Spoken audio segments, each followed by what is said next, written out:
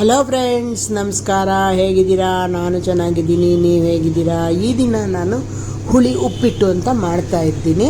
ತೆಲುಗುನಲ್ಲಿ ಪುಲಸುಪ್ಪಿಂಡಿ ಅಂತ ಹೇಳ್ತಾರೆ. ಅದು ಹೇಗೆ ಮಾಡಬೇಕು, ಅದಕ್ಕೆ ಏನೇನು ಪದಾರ್ಥ ಹಾಕಬೇಕು ಅಂತ ನೋಡೋಣ. ವೆಲ್ಕಮ್ ಟು ಇಂದುಮತಿ ಕುಕಿಂಗ್ ಚಾನಲ್ಗೆ ಸ್ವಾಗತ, ಸುಸ್ವಾಗತ. ಇವಾಗ ಹೇಗೆ ಮಾಡಬೇಕು ಅಂತ ನೋಡ್ಕೊಂಡು ಬರೋಣ. ಮೊದಲಿಗೆ ಒಲೆ ಮೇಲೆ ಬಾಣಲಿ ಇಟ್ಟು ಅದಕ್ಕೆ 1 ಲೋಟದಷ್ಟು ಅಕ್ಕಿಯನ್ನು ಹಾಕ್ತಾಯಿದ್ದೀನಿ. ಅಕ್ಕಿ ಹಾಕಿಬಿಟ್ಟು ಅದನ್ನು ಹುರ್ಕೋಬೇಕಾಗುತ್ತೆ. ಈಗ ಇನ್ನೊಂದು ಬಟ್ಲು ತಗೊಂಡು ಅದಕ್ಕೆ ನಿಂಬೆ ಹಣ್ಣಿನ ಗಾತ್ರದಷ್ಟು ಹುಣಸೆ ಹಣ್ಣು ಮತ್ತು ಸ್ವಲ್ಪ ಬೆಲ್ಲ ತಗೊಂಡಿದ್ದೀನಿ.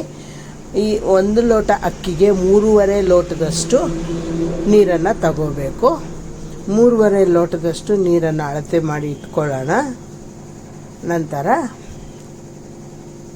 3.5 ಲೋಟದಲ್ಲಿ ಒಂದು ಅರ್ಧ ಲೋಟದಷ್ಟು ಹುಣಸೆ ಹಣ್ಣು ನೆನೆಯೋದಕ್ಕೆ ಹಾಕೋಣ. ಹುಣಸೆ ಹಣ್ಣು ನೆನೆಯೋದಕ್ಕೆ ಹಾಕಿಬಿಟ್ಟು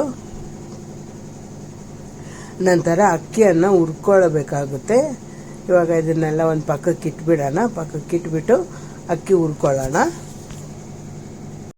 ಇವಾಗ ಅಕ್ಕಿಯನ್ನು ಒಲೆ ಮೇಲೆ ಬಾಣಲಿ ಇಟ್ಬಿಟ್ಟು ಬಾಣಲಿಯೊಳಗೆ ಅಕ್ಕಿ ಹಾಕಿದ್ದೀನಿ.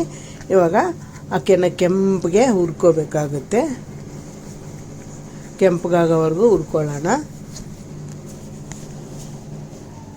1-2 ನಿಮಿಷ ಉರಿಬೇಕು. ಸಣ್ಣ ಊರಿನಲ್ಲೇ ಹುರ್ಕೊಳ್ಳೋಣ, ಇಲ್ಲಾಂದರೆ ಅದು ಸೀದೋಗುತ್ತೆ. ಇವಾಗ ಹುರಿದಿರೋದಾಗಿದೆ, ಅದನ್ನು ಪಕ್ಕಕ್ಕೆ ಇಟ್ಕೊಂಡು ಬಿಡೋಣ. ಅದನ್ನು ತಣ್ಣಗಾದ್ಮೇಲೆ ಮಿಕ್ಸಿ ಜಾರ್ನೊಳಗೆ ಹಾಕ್ಕೊಳ್ಳೋಣ. ಇವಾಗ ತಣ್ಣಗಾಗಿದೆ, ಅದನ್ನು ಮಿಕ್ಸಿ ಜಾರ್ನೊಳಗೆ ಹಾಕ್ತಾಯಿದ್ದೀನಿ.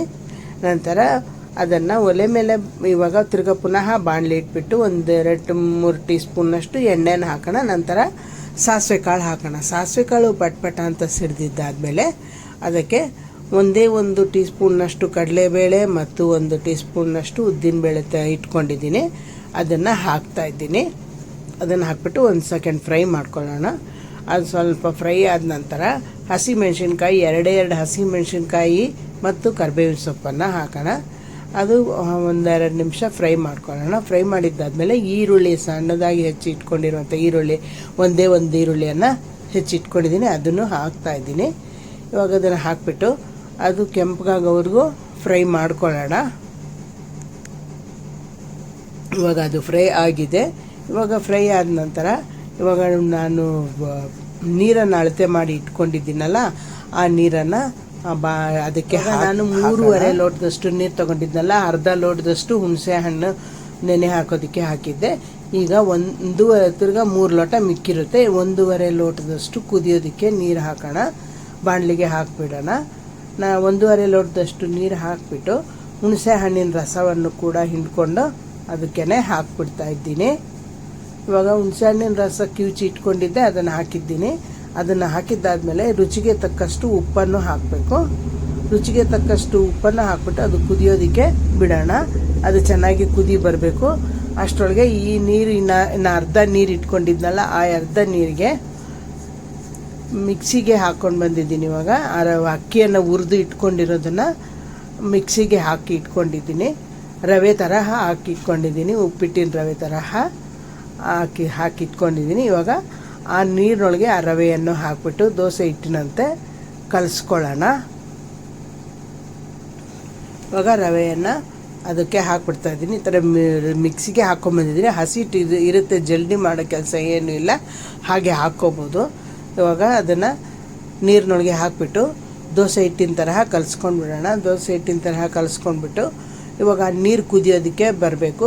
ನೀರು ಕುದಿಬೇಕು. ಒಲೆ ಮೇಲೆ ಬಾಣಲಿ ಇಟ್ಟಿದ್ದೀನಲ್ಲ, ಒಗ್ಗರಣೆ ಹಾಕಿಟ್ಟಿರೋದು, ಅದು ನೀರು ಕುದಿ ಬರಬೇಕು. ಇವಾಗ ಕುದಿ ಬಂದಮೇಲೆ ಇವಾಗ ಕಲಸಿ ಇಟ್ಕೊಂಡಿರುವಂತಹ ರವೆಯನ್ನು ಅದರೊಳಗೆ ಹಾಕೋಣ. ಇವಾಗ ಕುದಿ ಬರ್ತಾ ಇದೆ, ಅದನ್ನು ಹಾಕ್ಬಿಡೋಣ. ಅದನ್ನು ಹಾಕಿಬಿಟ್ಟು ಕಲಿಸ್ಕೋಬೇಕು ಚೆನ್ನಾಗಿ. ಒಂದು ಸೌಟ್ ತಗೊಂಡು ಅದನ್ನು ಚೆನ್ನಾಗಿ ಕಲಿಸ್ಕೊಂಡು ಬಿಡೋಣ. ಹಾಗೆ ಉಪ್ಪಿಟ್ಟಿಗೆ ಹೇಗೆ ನಾವು ಉಪ್ಪಿಟ್ಟು ಮಾಡೋದಕ್ಕೆ ಹೇಗೆ ಮಾಡ್ತೀವೋ ಹಾಗೆ ಬೇಯೋದಕ್ಕೆ ಬಿಡಬೇಕು.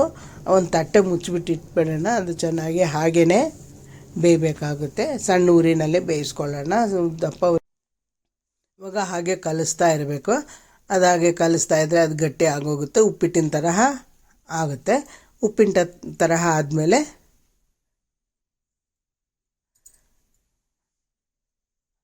ಒಲೆನ ಹಾರಿಸ್ಬಿಡೋಣ. ಇವಾಗ ನೋಡಿ ಗಟ್ಟಿ ಆಗ್ತಾ ಬಂದಿದೆ. ಇವಾಗ ಒಲೆ ಆರಿಸ್ಬಿಟ್ಟು ಇವಾಗ ಇದಕ್ಕೆ ಕೊತ್ತಂಬರಿ ಸೊಪ್ಪನ್ನು ಸಣ್ಣದಾಗಿ ಹೆಚ್ಚಿ ಇಟ್ಕೊಂಡಿರುವಂತಹ ಕೊತ್ತಂಬರಿ ಸೊಪ್ಪು ಮತ್ತು ಹಸಿ ಕೊಬ್ಬರಿಯನ್ನು ಹಾಕಿ ಮಿಕ್ಸ್ ಮಾಡಿದ್ರೆ ಹುಳಿ ಉಪ್ಪಿಟ್ಟು ರೆಡಿ.